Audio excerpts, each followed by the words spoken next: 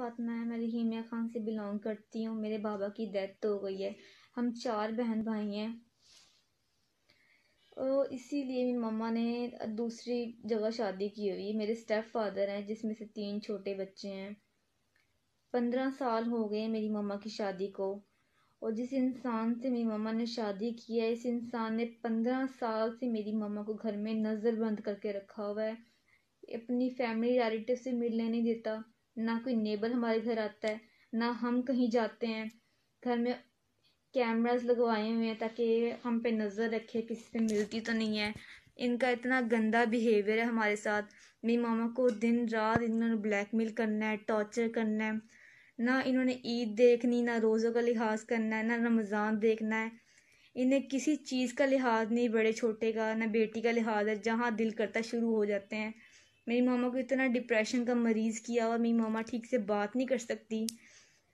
मेरी मामा ने हमारी खातिर मेरे फ्यूचर सिक्योर करने के लिए इस इंसान से शादी की थी। इस इंसान ने हमें हर तरह से जलील किया कि हम कहीं जाएं ना, हर जगह हमें बदनाम किया हुआ है। हम पे कैरेक्टरलेस के इल्ज़ाम लगाता है, तुम लोग बदकिरदार लड़कियां हो, कॉलेज जाती हो, कॉलेज जाने में लड़कियां गंदी होती हैं। इतने गंदे गंदे ब्लेम लगाता है हमारे ऊपर, किसी से मिलने नहीं देता, किसी से हमारी कहीं शादी की बात चल रही हो ये सारा कुछ ख़त्म कर देता है। बीच में आके खुद बैठ जाते हैं कि ताकि किसी से कांटेक्ट ना करे। कहता है कि मैंने तुम्हारी बेटियों को पाला है, इस पे भी मेरा हक है, तुम पे भी मेरा हक है, यहाँ पे हर चीज़ जो है ना मेरी है। कहता है मेरा घर है, निकल जाओ। बात बात पे धमकियाँ देना, ब्लैकमेल करना। आधी रात को उठ के बैठ जाते हैं, कहते कि निकल जाओ हमारे घर से, ये घर मेरा है। बात बात पे इस तरह की चीज़ें करना, ये चीप हरकतें करते हैं हमारे साथ। गंदी नज़रें डालते हैं मेरी बहनों पर, मुझ पर। कोई लिहाज नहीं करते रिश्तों का कि ये भी मेरी बेटियां हैं, जिस औरत से मैंने शादी की ये उसकी बेटियां हैं, तो मेरी बेटियां भी हुई। लेकिन नहीं, ये किसी भी रिश्ते का लिहाज नहीं रखते। मेरी मामा ने इतना कुछ देखा, ये डिप्रेशन में आके मेरी मामा ने इन पे तनसीक कर दी थी कि मुझे डिवोर्स चाहिए, मैं तुम्हारे साथ नहीं रह सकती, मज़ीद गुजारा नहीं होता मेरे तुम्हारे साथ। इनको पता चल गया कि मेरी मामा ने इनको डिवोर्स दे दिया है। 1 मंथ होने वाला है इस बात को। तो इन्होंने जैसे इनको पता चला कि मतलब मेरी मामा इनको डिवोर्स दे रही है, ये फ़ौरन घर आए हैं। तो इन्होंने आके दरवाज़ा तोड़ना शुरू कर दिया है। हमने दरवाज़ा नहीं खोला, हम इतना ज़्यादा डर गए थे कि हमें नुकसान पहुंचाएंगे, हमें मारेंगे, क्योंकि इन्होंने असला भी अपने पास रखा हुआ है।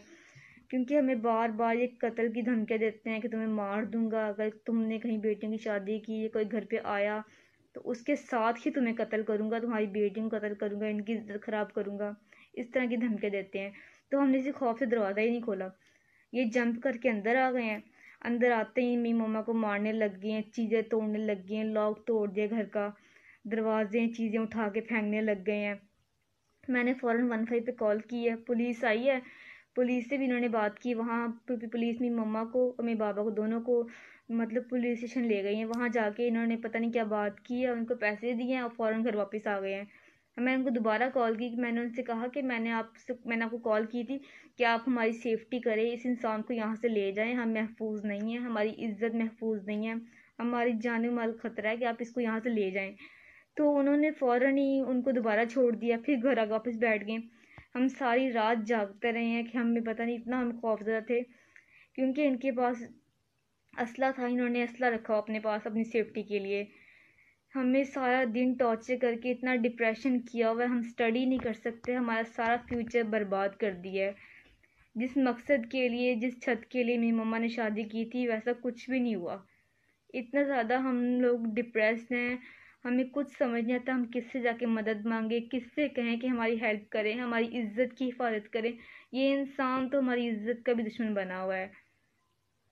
मैं जॉब करती थी, 2 मंथ हो गए मैंने जॉब छोड़ दी इस इंसान की वजह से। ये मुझे इतने गंदे गंदे मेरे ऊपर इल्ज़ाम लगाता है कि तुमने वहाँ पे यार बनाए हुए हैं, तुम वहाँ पर गंदे काम करने जाती हो, तुम जॉब नहीं करती, तुम्हें जॉब किसने लगवा के दी। इतनी गंदी गंदी बातें करता है मेरे ऊपर, इतने गंदे इल्ज़ाम लगाता था। मैंने जॉब छोड़ दी सिर्फ इनके कहने पे कि तुम जॉब छोड़ दो, मैं फिर तुम जिस तरह कहोगी वैसे मैं कर लूँगा। मैंने जॉब छोड़ दी है, लेकिन घर में इन्होंने मज़ीद मुझे जलील किया हुआ है, इतना मेरा जीना हराम किया हुआ है। इनसे किसी चीज़ के लिए पैसे मांग लूँ तो कहते अपने यार से लेकर आओ। बात बात पे यारों के इल्ज़ाम लगाते हैं, इतने गंदे ब्लेम लगाते हैं, किसी से मिलने नहीं देते मेरी दोस्त से। मैं कॉलेज जाती थी, अब मैं कॉलेज भी नहीं जाती, मेरी सिस्टर्स जाती हैं, लेकिन इतने 15 साल से मेरी मम्मा को घर में बंद करके रखा हुआ है, किसी रिलेटिव से मिलने नहीं देते। मेरे नाना अबू की डेथ हो गई है, मेरे पीछे कोई मामू वगैरह हैं नहीं जो मुझे सपोर्ट करें। मुझे समझ नहीं आती मैं किससे जाके मदद मांगूँ जो मेरी हेल्प करें।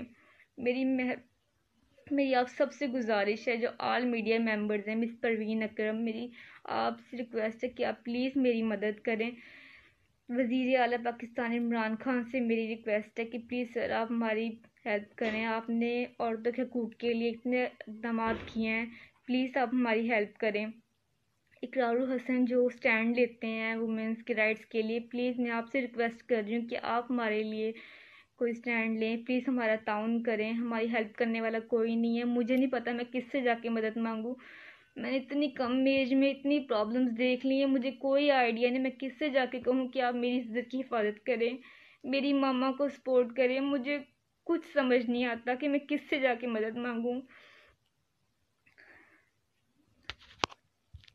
मेरे पास मेरी मम्मा के अलावा कोई नहीं है जो मेरी इज़्ज़त की हिफाजत करे।